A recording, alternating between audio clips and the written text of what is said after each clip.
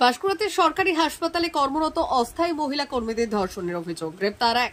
Panskura super speciality হাসপাতালে reliable facility service private লিমিটেডের অধীনে ওয়ার্ড গার্ল হিসেবে কর্মরত একাধিক অস্থায়ী মহিলা কর্মীদের অভিযোগ, এই কোম্পানির ফ্যাসিলিটি ম্যানেজার জহির আব্বাস খান একাধিকবার তাদের হসপিটালের ভেতরে জোরপূর্বক ধর্ষণ করে। আর এই ঘটনা বাইরে প্রকাশ করলে প্রাণনাশের হুমকি দেয়। পাঁশকুড়া থানায় এই বিষয়ে লিখিত অভিযোগ করে অস্থায়ী মহিলা কর্মীগণ। আর ওই অস্থায়ী মহিলা কর্মীগণের দাবি, অভিযুক্তকে যেন কঠিনতম শাস্তি দেওয়া হয়। বিজেপির দাবি, তৃণমূলের আশীর্বাদ ধন্য হওয়ায় ওই ব্যক্তির হাসপাতালে ব্যাপক প্রভাব ছিল। অস্থায়ী কর্মীরা চাকরি চলে যাওয়ার ভয়ে কেউ মুখ খোলার সাহস করত না। আজ পাঁশকুড়া থানায় ওই মহিলা কর্মীরা লিখিত অভিযোগ করে। আমাদের ও দাবি, এই ঘটনায় অভিযুক্তের উপযুক্ত শাস্তি হয়। আর এই প্রসঙ্গে তৃণমূলের নেতা জানায়, অভিযুক্ত ব্যক্তিটির সঙ্গে তৃণমূলের কোনো সম্পর্ক নেই। তৃণমূলের নাম ভাঙিয়ে দালালের কাজ করত। আর এই ঘটনায় অনেক নিন্দনীয়। আমরাও চাই দোষীর উপযুক্ত শাস্তি হোক। পাঁশকুড়া পুলিশ সূত্রে খবর, কোলাঘাট থেকে অভিযুক্ত ব্যক্তি জহির আব্বাস খানকে গ্রেপ্তার করে পাঁশকুড়া থানার পুলিশ। সব সময় আমার সাথে খারাপ ব্যবহার করে। জহির আব্বাস খান, সে ওখানে কি করতো? Facility manager. কি হয়েছিল আপনার সাথে? আমাকে ফোন করে বলেছিল যে একবার নিচে আসো, কিছু জিনিস নিয়ে যাওয়ার। আমি নিচে যেতে না চাইলে বলে যে তাহলে হচ্ছে যে তোমার এই কাজ থাকবে না, বা তোমার বাড়ির লোকের লাশ রাস্তা থেকে গুড়িয়ে নিয়ে যাবে। কি হয়েছিল? আমাকে তো বারবার হচ্ছে হুমকি দিয়ে রুমে ডেকে নিয়ে যায় এবং ধর্ষণ করে। ধর্ষণটা কি করেছিল আপনাকে? জহির আব্বাস খান। এর আগেও কি একাধিকবার এরকম ঘটনা ঘটেছিল? হ্যাঁ। সেই সময় কাউকে জানাননি আপনি? আমাদের আগের কোম্পানির যে ফ্যাসিলিটি ম্যানেজার ছিল ওনাকে জানানো হয়েছিল, কিন্তু সে আমাকে কোনোভাবেই সাপোর্ট করেনি বলার জন্য।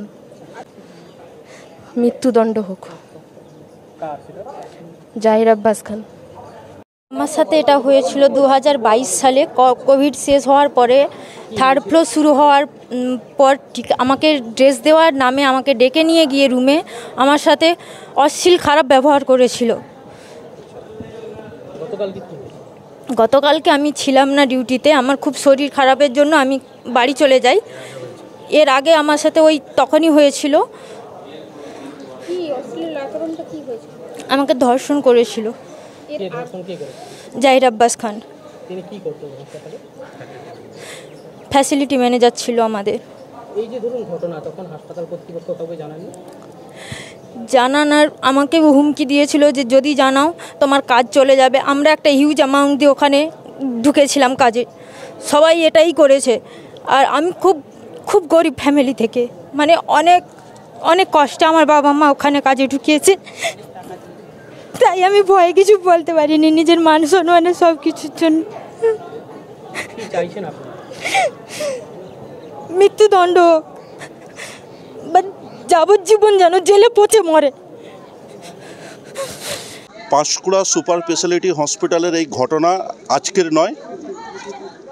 যে দুই বোন অত্যাচারিত হয়েছে, যার দ্বারা সেই জহির বাবু নিজেকে ওখানকার তৃণমূলের স্বঘোষিত নেতা এবং তৃণমূলের আশীর্বাদপ্রাপ্ত নেতা মনে করে।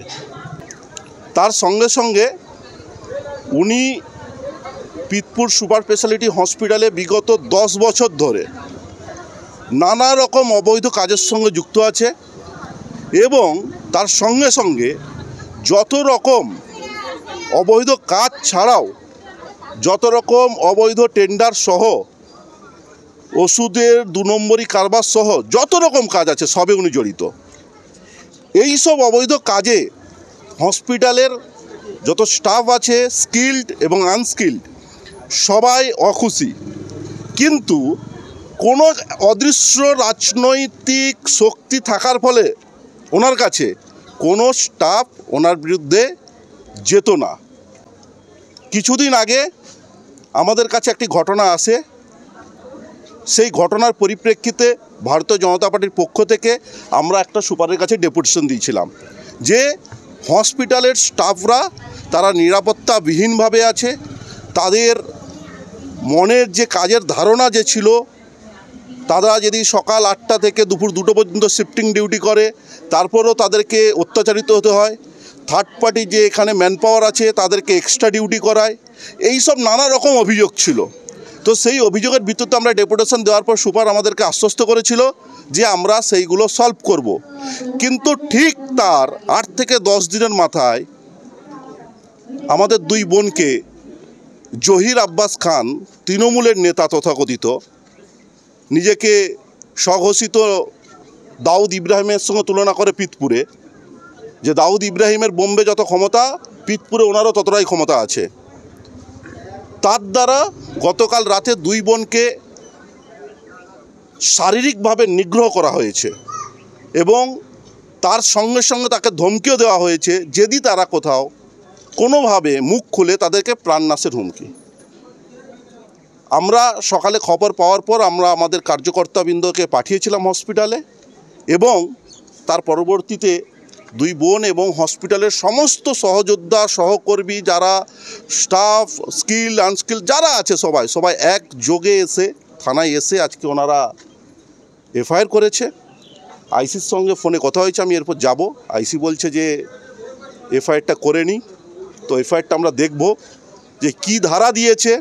এমন ধারা নয় যে 15 দিন পর ছাড় পেয়ে যাবে, গিয়ে এসে আবার মাতব্বরি করবে। সেইটা আইসির সঙ্গে কথা বলবো আমরা, যে এর শাস্তি এমন হোক যাতে আগামী দিনে কোনো মহিলার দিকে নিজের বোন ছাড়া অন্য কিছু না ভাবে এবং হসপিটালের সমস্ত কর্মী যাতে নিরাপত্তা থাকে সেটাও আইসির কাছে আমি ডিমান্ড করব, যাতে সমস্ত কর্মী তাদের চাকরি সুরক্ষিত থাকে। কারণ এরা থার্ড পার্টি এজেন্সির দ্বারা কাজ করে, তৃণমূলের কোনো নেতার অঙ্গিলহীনে যেমন এদের কাজ না ছাঁটাই হয় সেটাকে ইনশিওর করাতে হবে এবং সঙ্গে সঙ্গে আগামী দিনে যারা মহিলা স্টাফ আছে, এএনএম, নার্স, যারা ডাক্তার আছে, তারা যাতে সুরক্ষিতভাবে ডিউটি করতে পারে, আগামী দিনে যাতে এরকম ঘটনা না ঘটে, সেটা আমাদের দাবি থাকবে।